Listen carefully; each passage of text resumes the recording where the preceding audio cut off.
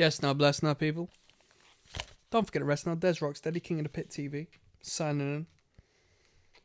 Wada bing, wada bang. We just listened to Crowbar. Yes, I've been having a drink for the weekend, and I was listening initially to the Grateful Dead. It was recommended on the Patreon that I go through a live record of the Grateful Dead.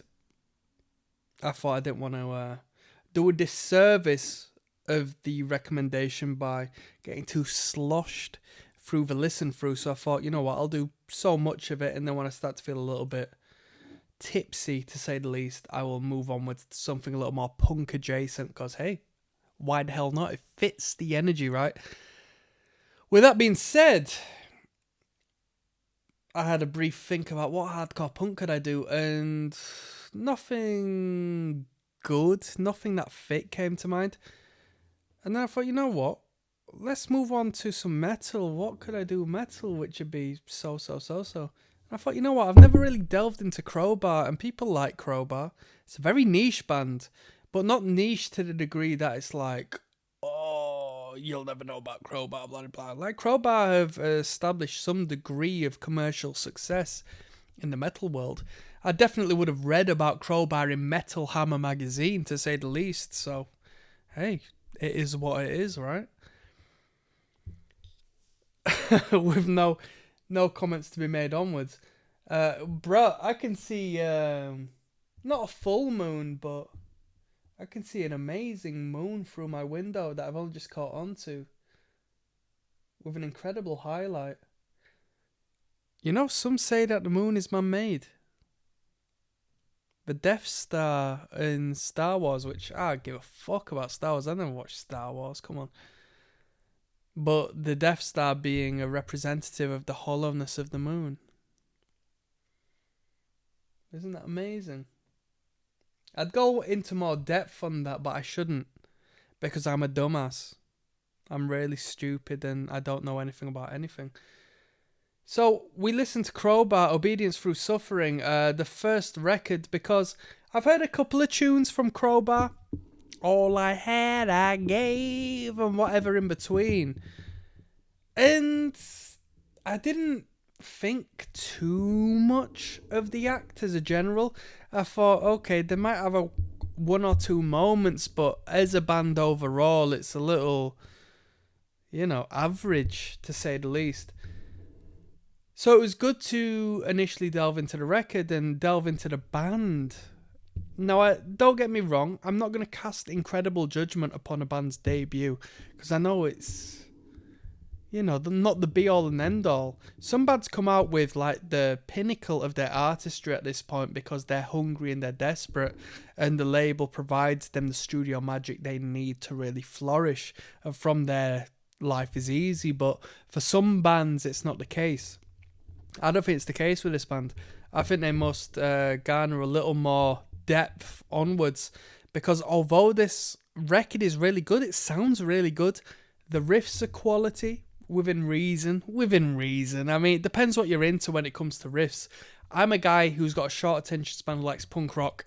So when it comes to like, and you might say, well, you're looking for hardcore punk. Why are you criticising if you went for Crowbar? It's because I know there's a hardcore adjacent element in this band.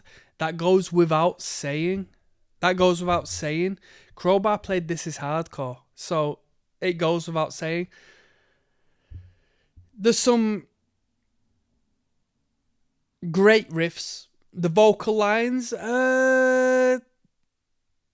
average, but they sell the record. I would say they sell the band more than the riffs. People like the like the overt heavy metal vocals. People love that, and so do I. Truth be told, but I don't think this record is the record to really highlight the quality of the vocal line. And let me go into a bit more depth so I can explain myself. And I'm not hating. I'm just saying we got 3 words a line. And I know that's because the dude, I forgot his fucking name. I don't care about his name.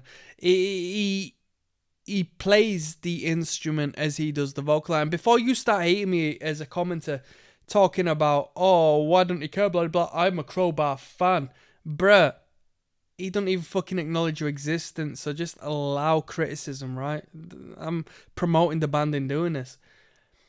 The guy plays the instrument as he performs, and I know as an instrumentalist myself that it's so hard to do a polyrhythmic vocal alongside the guitar work, whether it be bass guitar, whether it be guitar work. It's a lot easier with a bass guitar because you can sit back for a second. But if you're playing the guitar, the 6-string twanger, if not a 7-string, might as well be on this act, but I know it's not. It's a 6-string. It's tough. It's really tough, and I give props for that. I give ratings for that. I give respect for that. The record was cohesive. It's 10 tracks. We could make it 8 tracks. I could easily remove 2 tracks. One track in particular I could remove, and that's the title track, Obedience Through Suffering. I thought that was... I didn't think there was any particular highlights on that track. As for a other tune to remove, I don't know, because everything else was fantastic, but to make it 8, which is a clean number, I think 8 is the best amount of tracks you can have on a record. And I've just simply acknowledged that through my assessment and pattern recognition of numerous albums I've listened to. All 5 albums I've listened to in my entire lifetime in the metal genre. I found out that 8 is the magic number. So take it as that as you will. If I was to rate this record out of 10, I'd give it a 6.5. With understanding that what's to come could expand that at the least to an 8. Most definitely. Most definitely. With better songwriting capabilities, with better riffage, with better production value, this would be a Goliath of an act. And I'm speaking as if I'm here as a studio engineer during the time of the recording of this record, not as like somebody living in 2025. I've not heard really anything more modern other than the tracks I referenced at the start of this rating. And let me make a comment, because I was thinking of the instrumental there. It's about the riffs, yes, most definitely. The drummer does a half-decent job. I'd say a half-decent job, wiggly wobbly. Because I'd choose some beats over others to emphasize the bringing in of the act after a breakdown section. That in particular sort of jars me because I'm a fan of hardcore, and I think it would suit the band more if the drummer came in particular ways as opposed to the ways they chose to on this record. But one thing in particular as far as the instrumental is concerned that I need to comment on is the bassist. The bass line is present, the bassist is present, but the bassist does not exist aside from the performance of the root notes of the guitar. Is that all we want to be known for? You are replaceable on this record. The bassist is replaceable. I could be in Crowbar if I was in the right place in the right time and Crowbar said, "You want to perform in the band?" Because I can just play the flipping root notes of the riff. That's basic as hell. I don't want to hear that. I want to hear a little bit of noodling. Yes, the emphasis is on the riff and the heaviness and the overtness of the riff, but Rage Against the Machine is crazy heavy.